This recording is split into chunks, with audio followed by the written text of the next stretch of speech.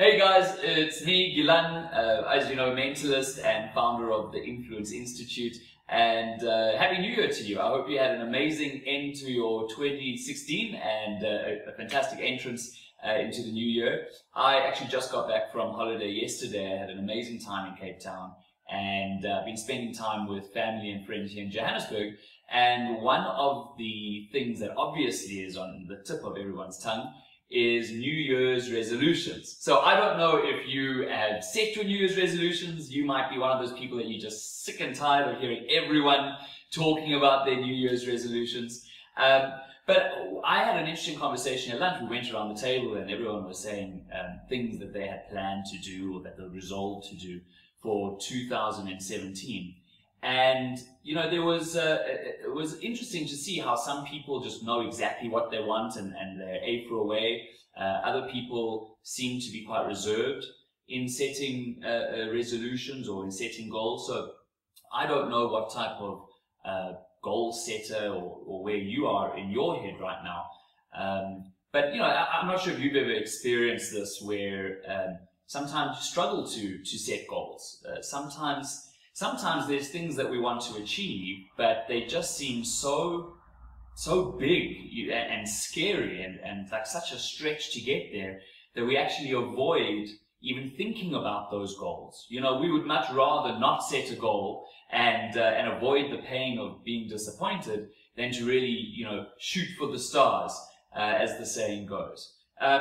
You know, so sometimes we set goals and they're not big enough. Sometimes we waste all of that mental energy and we actually get bored because we set these tiny little goals that really don't inspire us much. So perhaps you're there. And one of the things that I think a lot of us really battle with sometimes, and I know that I go through this as well, is just to get into the right state of mind or the right headspace, the right mindset, to really set meaningful goals and goals and New Year's resolutions that truly do inspire us, and that at the end of 2017 you can look back and say, wow, that was really worthwhile and that was worth the fight. You know, the bigger the battle, the better the prize, as they say. So when it comes to either not setting goals or goal avoidance, I would call it, or really not going around in the right way, I would say that your number one biggest enemy is what I like to call waterfall thinking. And this is probably not a term that you're too familiar with. If you get this name right, it was Antoine de Saint-Exupéry. He wrote in The Wind, Sand and Stars a story about three Arabs who were taken on this tour, and the tour guide flew these Arabs into a place where there was this most magnificent waterfall. I mean, this thing was absolutely majestic, and they watched as the water came crashing down from the top of the mountain down into the bottom where all the water was pooling up in the river and flowing away. And these Arabs were just stuck, mesmerized, staring at this waterfall. And eventually the tour guide started getting a little bit impatient and wanted to push them to go, and the Arabs said, no, we're waiting. And the tour guide said, what are you waiting for? And they said, no, we're waiting for it to end. Now, obviously where the Arabs were from, water was a scarce resource. In their world, in their experience, their past experience, they'd been conditioned to think that there was a start and an end to a flow of water. And of course for them, they couldn't comprehend that the water just kept on going all the time, all year round, 365 days, forever and ever. And so what we find with past experience is that it can often create these preconditioned patterns of thoughts, or what we call self-limiting beliefs.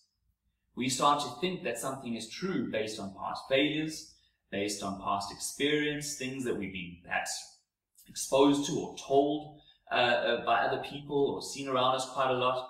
And this is quite a dangerous pattern of behavior, to start thinking in this way. In fact, flat screen televisions, or you all heard of an LED TV screen or a flat screen or LED computer screen, they were almost not even invented because of waterfall thinking.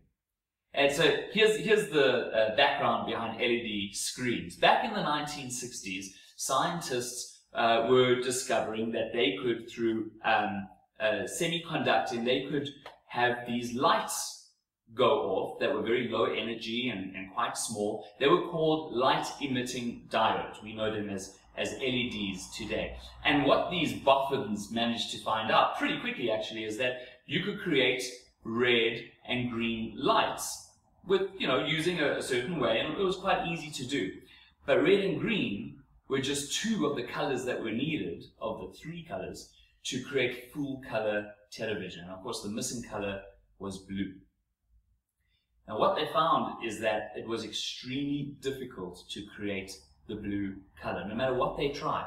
See, when it comes to LEDs, what happens is the light is emitted right down to an atomic level when the electrons jump from one band to the other band, right, on an atomic level. But that distance that the electrons had to jump to give a blue light was just far too wide.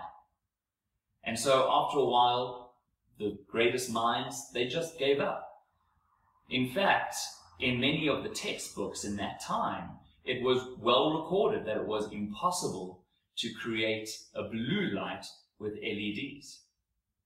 So obviously many students and young people coming into this field of science were just taught and just passed down from other people's self-limiting beliefs that this was just not even possible.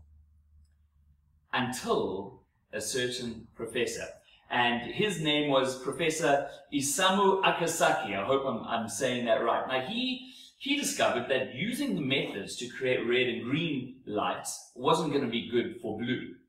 So he went back to another way, another method, using gallium nitride. I'm just making sure I'm saying the words correctly because I'm not a scientist myself. But gallium nitride, that method was not good for creating red and green, and so it was just discarded. So he went back and he perfected it and he worked on it, and he had many failures as well, and eventually he managed to create the blue LED.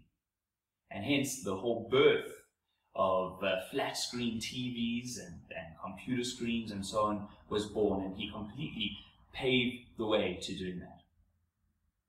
Now, can you imagine what had to go on through his mind, what the process he needed to go through in resolving that he was going to go against what everyone else said, and he was going to create the blue LED, something which was seemingly impossible. So I've created just three thoughts that obviously was part of this whole story of the LEDs, but that you can take and get yourself in the right mindset to create your New Year's resolutions. So there are three words, and I'll just speak you through it. And this is what I imagine that Professor Akasaki went through in his mind when deciding to create the blue LED. And talking about blue LEDs, I've got some colored paper over here. And the first piece of paper, I've written the word recognize. Now, what we need to recognize are a few different things. I mean, obviously we need to recognize where we're at now. We need to recognize, what we managed to do in 2016, and we need to recognize the things that we'd like to achieve for 2017. That's why we're setting these goals, of course, in the first place. But the most important thing to recognize is that a lot of what is holding you back is because of self-limiting beliefs.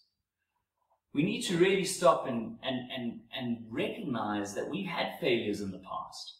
We've had rejection in the past. We've had people tell us what we can and can't do, or perhaps they didn't even tell it to us directly. Perhaps just observing around, there's a level of expectation. Whatever it may be, that is part of your experience. Maybe it was when you were growing up as a child, or maybe it was just last year.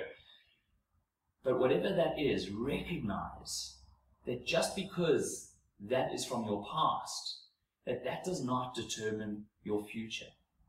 And that limitation really is a limitation that you're putting on yourself. So really start to recognize all of those preconditioned ideas that might be in your head that are preventing you from setting really big, inspiring goals. Recognize them for what they are and confront them as self-limiting beliefs. That is the very first step. As I imagine that the professor had to look back at what years of scientists had said this was completely impossible. and he had to recognize that they were limited. So break free of those limitations. Now is the time to stand up and break free of those chains and recognize them for what they are. The second word that I've written over here is persuade. Now, if you have been following my career and my work, you know that people often call me the master of influence, and my book is called Persuasion Games, that was released in 2015. But I'm not just talking about persuading other people. I'm talking about persuading yourself. You know, this professor inventing this impossible LED, he had to persuade himself to follow his hunch and to believe that there really was a solution that was just waiting to be found. You know, there are things that are persuading you all the time. Other people's opinions, messages in the media, social media, and so on and so forth. But now is the time for you to sit down and persuade yourself. I like to call it self-persuasion, which is really saying to yourself, there is a solution. You know, the minute you just accept and just believe, just decide to believe that there is a way for you to accomplish whatever it is that you want to accomplish in 2017 or in your life, the moment you tell your brain that there is a solution, it immediately goes to work and tries to find what that solution is. You know, it's much the same way if you said to yourself, today the weather is amazing. Right now, as I'm saying this, the weather's a little bit chilly, you know, it could also be aircon and so on, but I would immediately start to find reasons why it's really bad weather. You know, if it's too cold, then perhaps I'm saying, well, you know, I wish I was outside. Whereas if I had to say to myself, actually, you know, the weather is really good. No, hold on, I'm getting mixed up over here. If I say that the weather is good, I'm going to find ways to affirm why the weather is good. If I say that the weather is bad, then I might say, oh, it's a little bit too cold, or I'll look for reasons to affirm why it's bad. And the same happens, not just with us controlling our mood through what we say, but the same thing happens when we tell ourselves that something is possible or not possible. It was Henry Ford who said that whether you think you can or you think you can't, you're right. And so just persuade yourself that you can. Persuade yourself that even if you don't know it now, there really is a solution out there. There is a way, there is a path. And just trust yourself. You're going to figure it out. You're going to find out what that path is that's going to help you either do the right things, become the right person, meet the right people to achieve your resolutions and your goals for 2017. So start with self-persuasion. And the very last word that I wrote is start. You know, it's an interesting thing when you look at momentum, for example. You just start doing something. Just the act of starting something will already give you an amazing feeling that you're on your way to success. You know, success, you know this, it's not a destination, it's a journey. But along that journey, if you're proactive, if you're doing something and not just thinking about doing something all the time, that will get your endorphins running when you achieve something that you've been putting off, or that's something that you're a bit scared to try. The minute you do it, you're going to feel great. Success breeds success. And just get started. If it's just in some small way, don't wait until anything's perfect. Take that list out. If you've not written down your New Year's resolutions, start with that, Put it down. Start writing out what it is that you want to achieve. Start writing out how you want to achieve it. A lot of people think they have to have these fancy plans, but a to-do list is a plan as well. So just get started. The moment you stop watching this video, I encourage you and I challenge you to do something. Write down something that you're going to try later today or tomorrow or this week that's going to help you get just one little step closer, even if it's a tiny step, towards working towards and achieving these New Year's resolutions. So, just to recap, the 3 words are recognize self-limiting beliefs, and remember that that's all that they are. Leave them in the past and continue forward. Then you need to persuade yourself that you can do it, you are worth it, and that there is a way that you're going to trust yourself to find to achieve your goals. And last but not least, just get started. Just start. You know, I'm not sure if you know this, but the time between powered maneuverable flight in terms of aeroplanes and man landing on the moon was just 66 years. Think about this. It takes thousands of years of human potential and engineering just to lift off the ground with an aeroplane. But the minute the Wright brothers did it, 66 years later, we're landing on the moon. You see, you just have to start somewhere. You just have to keep on going, and with the minute you have one breakthrough, one success, you're going to find that it will create huge momentum, and you're going to achieve things that you never thought possible. So get yourself into that right mind frame, get yourself thinking big, inspire yourself, stretch yourself, and I'll be recording some more videos in the next coming weeks, a little bit more around the science of goal setting and influencing ourselves, which you can look out for. Enjoy the process. Good luck for the new year, and chat to you soon.